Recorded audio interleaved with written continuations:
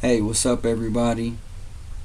This is me from youtube.com /blackdudemedia, and over the last couple years I learned a couple things about bikes, and I recently saw a certain genre video called the bike check, and I thought that was pretty slick. So people always have questions about my bike, so I'm just basically gonna show you guys, how I get down the 20-inch 91 Detour brakeless, Haro handlebars, the original Detour forks.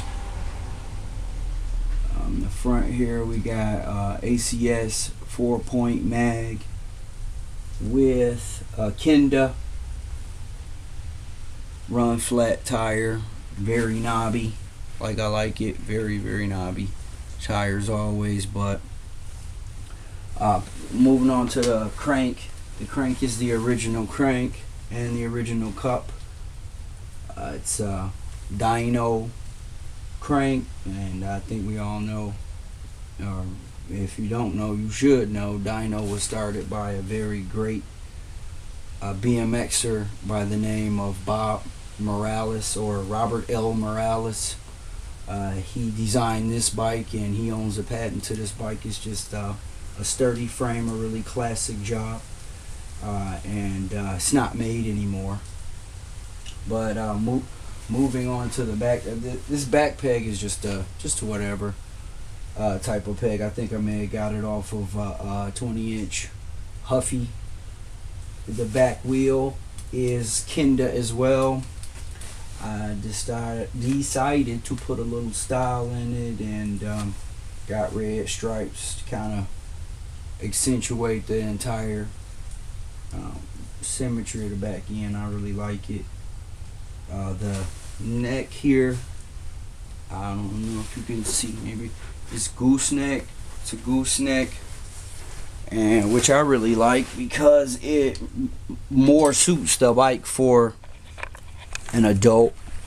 Kind of puts you further back, makes manuals easier. And but yeah, that's the original dyno gooseneck there. The seat is a mongoose seat. I think it's a 2011 design.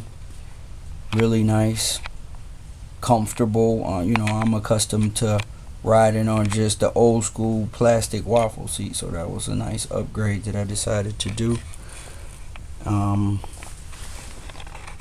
Crank is original. The original Detour crank, really thick. I like it. Very easy to adjust. Doesn't give me much trouble. And the back rim is a satellite, and it's a 3-point, not like the front's a ACS. I decided to do that because I like the way that the wide 4-point feels. I was able to get a wider front tire, and I enjoy that a lot. But I wanted something real quick, aerodynamic, light, so I went with the satellite on that. And the pedals are, as far as I'm concerned, the best plastic pedals you're gonna get. I like them better than the Odysseys. These are Welgos, and it's the most similar feel to a steel pedal that I've come across in all the plastic pedals, and it's kind of affordable too. And one side note, I want to get a close up on my bars. People always ask me about my handlebars. I don't have any store-bought grip. I custom made these.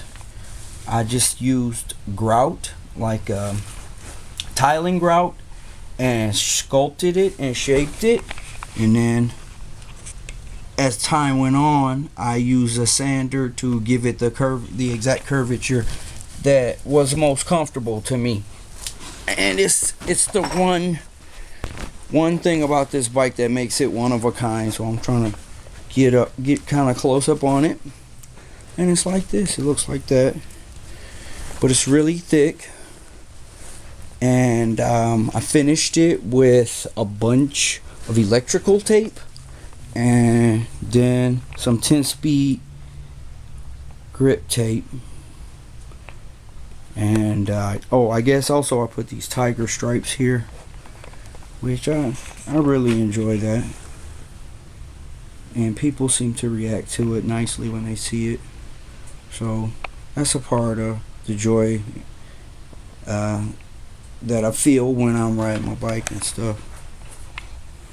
Alright. So that's my bike check.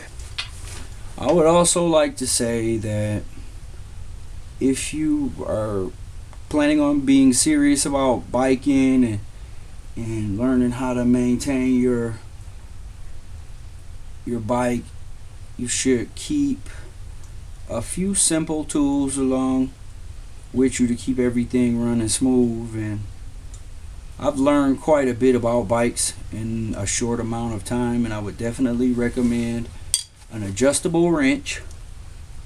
And a lot of people like to use vice grips, but the bottom line is vice grips are going to destroy the teeth of your axle, or they're going to destroy your bolts, because the grip isn't always the leverage of the grip on the bolt isn't always accurate. Much better tool. Okay.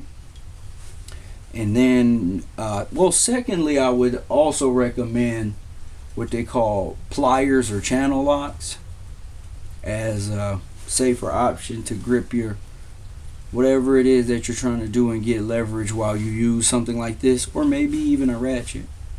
Ratchet would work as well, but pliers, number 2. And then number 3, keep one of these. And the fitting may be different for this depending on your bike, but generally a 6mm Allen will do the important stuff that you need to get your bike back on the road. If you're out somewhere, I don't know, maybe you're on a track, so 6mm Allen will be the third thing. And that's my video about bikes for now. Hope you enjoyed it. See you later.